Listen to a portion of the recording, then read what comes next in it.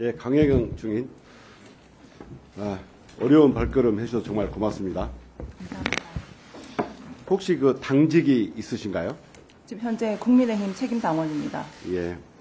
그 여당 당직을 가지고 있음에도 참 여당 의원의 보좌진을 하셨죠. 네. 그런데도 국정감사장에 서 있는 것이 참 어려운 결정이었을 텐데 이런 출석을 결심하게 된 계기가 있습니까? 일단 지금 제가 모시고 있었던 그 김영선 국회의원 이제 의정 활동을 이제 그 공천부터 당선되고 난 이후에 의정 활동까지 지켜보고 임기 후까지 이제 이분들의 이제 행동이라든지 이런 걸 봤을 때 이 두 분, 그러니까 명태균 그 대표하고 포함해서입니다. 이분들은 절대 이제 정치적으로 해서 이제 발을 들이면 안 될 것 같고 하시는 말마다 너무 거짓말들을 너무 많이 하고 계셔가지고 진실을 밝히기 위해서 여기 국정감사까지 출석을 하게 됐습니다. 예, 감사합니다. 그러면 구체적인 질문을 여쭤보겠습니다. 누구의 소개로 알게 됐든 간에 김건희와 명태균이 특별히 가까워진 계기가 있었을 텐데요. 제보에 따르면 2021년경에 김건희와 김태균이 서로 처음 만난 장소가 서초동의 한 갈비집이라고 합니다. 들으셨습니까? 네, 들었습니다. 그날 두 사람이 나눈 대화를 아십니까? 들어서 알고 있습니다. 무슨 내용인가요? 일단 김건희 여사가 이제 명태균 대표를 봤을 때 조상의 공덕으로 이제 태어난 자손이다라고 얘기를 하면서 이제 첫 대면을 했다라고 들었습니다. 예. 그때 명태균은 김건희와 친분을 주변에 자랑하면서 종종 장님무사, 안전뱅이 주술사라는 얘기를 많이 했다고 합니다. 네네. 증인 혹시 장님무사, 주술뱅이 주술사라는 말을 들은 적 있습니까? 네, 들었습니다. 무슨 뜻인가요? 이제 윤석열 대통령 같은 경우는 이제 장님, 이제 그 장님이지만은 칼을 잘 휘두르기 때문에 장님의 무사라고 했고, 그 김건희 여사 같은 경우는 밖으로 나가면 안 되는 주술사, 이제 예지력이라든지 이런 이제 주술 능력은 있지만 밖으로 나가면 안 된다 해서 그 장님의 어깨에 올라타서 이제 주술을 부리라는 그런 의미로 명태균 대표가 김건희 여사한테 얘기를 한 걸로 알고 있습니다. 예. 그러면 명태균 씨가 그럼 김건희와 관계 사이에 이런 무소에 관한 공감대는 많이 있었던 걸로 보입니다. 맞습니까? 네, 그렇습니다. 2021년 6월경에 윤석열 전 총장은 국힘에 입당해서 대선 출마에 뛰어들죠. 네. 그때 이동훈 전 조선일보 논설위원이 조선일보 대변인으로 임명되었고 그 이동훈 대변인이 특별한 이유 없이 10일 만에 돌연 사퇴합니다. 그때 정치권에서는 해석이 분분했는데요. 그 제보에 따르면 명태균이 김건희에게 이동훈과 윤석열의 기운이 서로 상충한다, 좋지 않은 인사다라고 전한 후에 갑자기 경질됐다고 합니다. 이런 말씀 들어본 적 있습니까? 네, 들어서 알고 있습니다. 누구한테 들었습니까? 명태균 대표한테서 들었습니다. 그때 명태균 씨가 했던 얘기도 구체적으로 이런 내용입니까? 네, 구체적으로 그러니까 이게 대립되는 부분이라 아마 많이 부딪힐 거다라고 김건희 여사한테 얘기를 했고 김건희 여사가 그 얘기를 듣고 바로 이제 사퇴를 하게끔 만들었다 하시더라고요. 예. 윤석열 용산 대통령이 취임한 당선된 후에 김건희가 명태균에게 인수위 구성원의 관상을 봐달라는 제보가 있었는데 충분히 가능한 일인가요? 만약에 명태균 대표가 그렇게 선택을 했다 하면 가능하지 않았을까요? 이런 제보를 받았다는 얘기는 들었습니까? 네네. 그 명태균 씨한테 들었습니까? 네네. 예.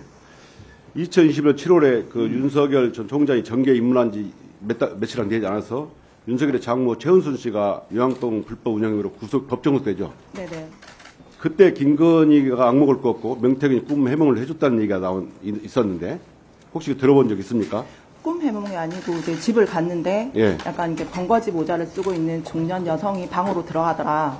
그 이제 모습을 봤을 때 집 안에 약간의 이제 좀 기운이 안 좋다라고 얘기를 했고 이틀인가 3일 뒤에 이제 구속이 됐다라고. 꿈이 아니라. 꿈이 아니고. 네. 예. 집안에 번거지 쓴 사람이 들어가는 걸 보고 네, 기운이 안 좋다 하니까 그 얘기를 해줬고 김건희 해줬고 그 후에 장모가 구속됐다 그 말이죠. 네, 이틀인가 3일 뒤에 구속된 걸로 알고 있습니다. 예. 예지 얘기가 있다는 얘기인 것 같은데요. 그 김건희와 명태균이 꿈과 무속 이야기는 이뿐이 아니죠.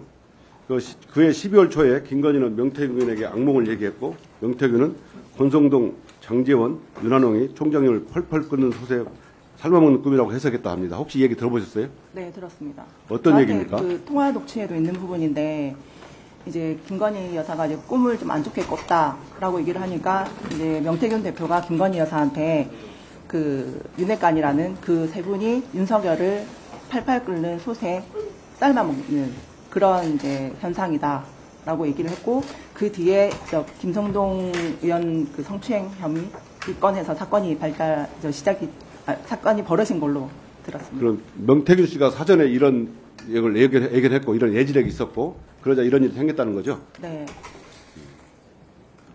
명태균은 김건희와 친분을 자랑할 때 이런 얘기를 자주 했었습니까?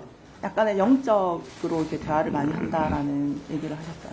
여러 번 자랑을 했어요? 네. 그럼 명태균이 허풍이라고 생각하십니까? 아니면 충분히 가능한 일이라고 생각합니까? 저는 충분히 가능하다고 생각합니다. 자, 녹취 한번 들어보시겠습니다. 명태균이 때문에 김건희 여사가 선생님 그거 하라고 줬는데 그 걔 사는 꼬라지 한번 봐봐라.